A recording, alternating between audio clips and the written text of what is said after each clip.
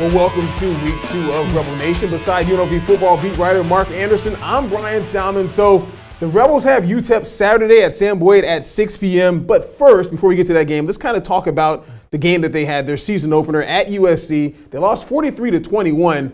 They had the lead in the first half of this game. You had to be encouraged watching what UNLV did this first game of the season. Yeah, in fact, it's funny. Maybe I'm the one responsible for this.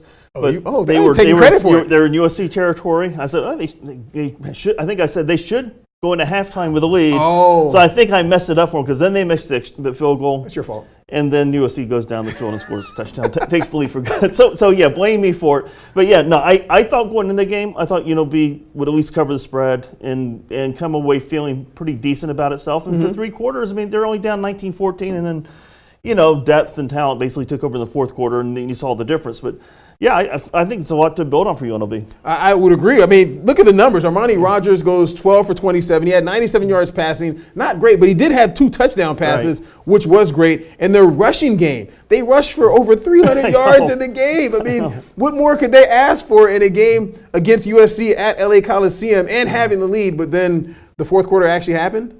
Fourth quarter. They had to play a final 15 minutes, okay. It's in the rule book. So, but yeah, the running game, that play that Lexington broke off for 71 yards, untouched. Yes, it was a great fake on a reverse to Tyleik Collins, and it looked like USC completely bit on it, and that hole was wide open. He was gone. It was just an impressive play, and.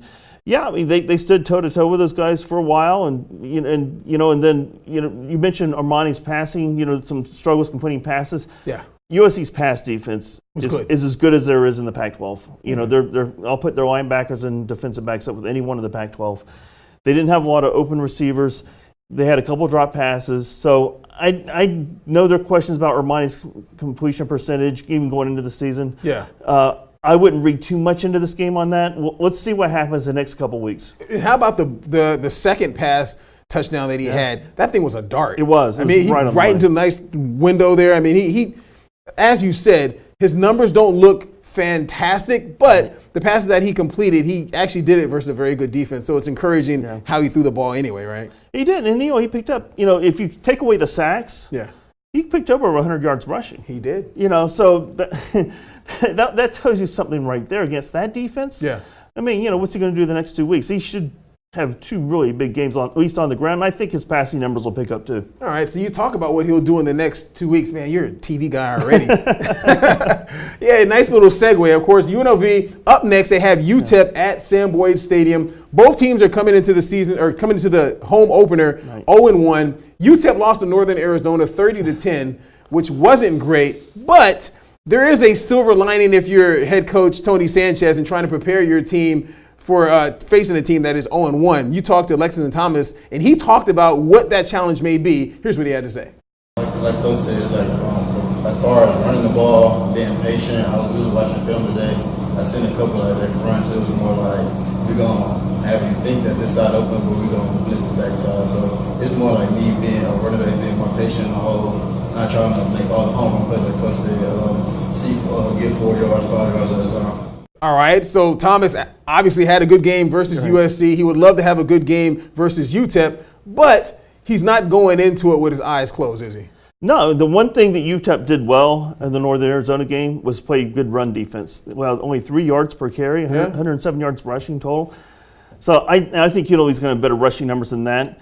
But I think probably Lexington and Thomas and the other backs look at that and say, all right, we can't take these guys lightly, at least on their run defense. That's one of the few silver linings of an NAU fan. a UTEP fan. That thing lost to 20 points at home. Yeah, 30-10. That's not to an FCS school. That's a bad loss. Yeah. So, it's a pretty good run defense, and I think they're going to give UNLV some troubles. This is a game UNLV should win easily. You have to have this game. UNLV going into this game, what the line is 24 and a half. But if you're UNLV, you're playing a home opener. How do you not think about last season when you played against Hampton? How many? They were the biggest favorite to lose in like 44.5 or Yeah, something, something like 45 that. something Like, how do you not have that in the back of your Right. mind? I mean, you want to be confident. You should be feeling good after you face USC at USC and played as well as you played, and you're playing a team that is a tomato can, so to speak. But, how do you guard against? Actually, it might be a good thing what happened last year for Tony Sanchez in order to tell his team, like, this is what happened when you get overconfident. And you know what? And you know what this team's been asked about since preseason? And that's about their struggles against these types of games. Ah, okay. They've had trouble, and this goes back before Tony Sanchez. This isn't a new thing. They've had trouble in these games where they go in with favored to win fairly easily, and then they, for whatever reason, they play tight or whatever it is, and the game's tight or they lose. And they've had a number of those games, and I think I think at least Tony has that in his back pocket with his team this week, and a lot of these players remember that. They remember that Howard lost last season. They don't want that again, and they're tired of people asking about them about this. So I do think they're going to come out and play really well. They got to play well this week, and they're going to play well next week against Prairie View A&M.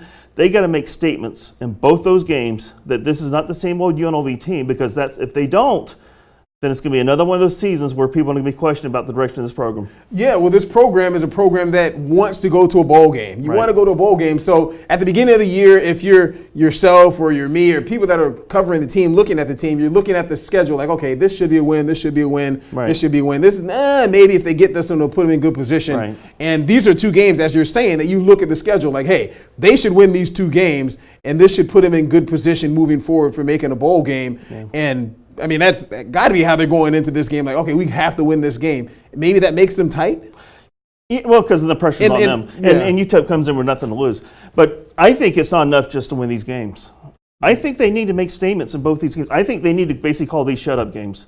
They need to shut up their critics with these two games. I like that. And win decisively both times. And that way people say, all right, maybe this program's heading in the right direction after all. Because if either one of these, if they have to squeak out either one of these games, those are red flags all over the place. Okay, and something that you wrote, you can see this at reviewjournal.com. You talked about some of the positives that the UNLV football team has going into this game. If you look at it, the Rebels are getting 3 players back, which you wrote about. Darren Woods Jr., who's a wide receiver, Alex Perry, who's a cornerback, and Kendall Keys, who's a wide receiver who got kind of nicked up in the USC game. So that's good for them. Also, you spoke a little bit about it, but the Miners defense held Northern Arizona to 107 yards, 3 yards a carry, which is good. Yeah.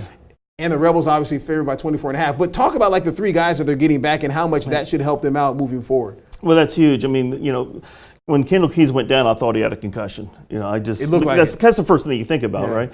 So that's a big break for them. He doesn't have one. He was the one who cut that touchdown pass on the dart. Having Darren Woods back would be huge for him, so that should really open up the passing game. Alex Perry, transfer from Arizona State. The NCAA just cleared last week to play right away, so he didn't have to sit out a year. He was a 4-star athlete out of Bishop Gorman. He should go into the rotation right away, and I think he's going to be really something else. Okay, so those are some positives if you're UNLV. So last week, you and I both predicted that UNLV would cover the spread. I guess lastly, going into this game this weekend, do they cover the spread? Yeah, I have a good feeling about this week. I do. I think they're going to come out and try to make a statement. I was at the news conference yesterday with Tony Sanchez, and someone asked him about these types of games, and there was, I don't know about an irritation, but there was sort of an edge in his voice that, like, we're tired of dealing with this. So I think it's not just him. I think this team's tired of hearing about this, because it's not just from the media. It's their family, friends, classmates. Everyone's talking about it. So I think they're sick of it. So I don't think they're going to overlook this team at all. But they shouldn't. They shouldn't anyway. No. But I think they're going to come out and play really well. All right. Well, some guy who does really well when he comes out on set is this guy, Mark Anderson, the UNLV Rebel football and basketball beat writer. This is Rebel Nation. This is Premier Vegas Sports. I'm Brian Salmon. Thank you for joining us, folks. We'll see you next week.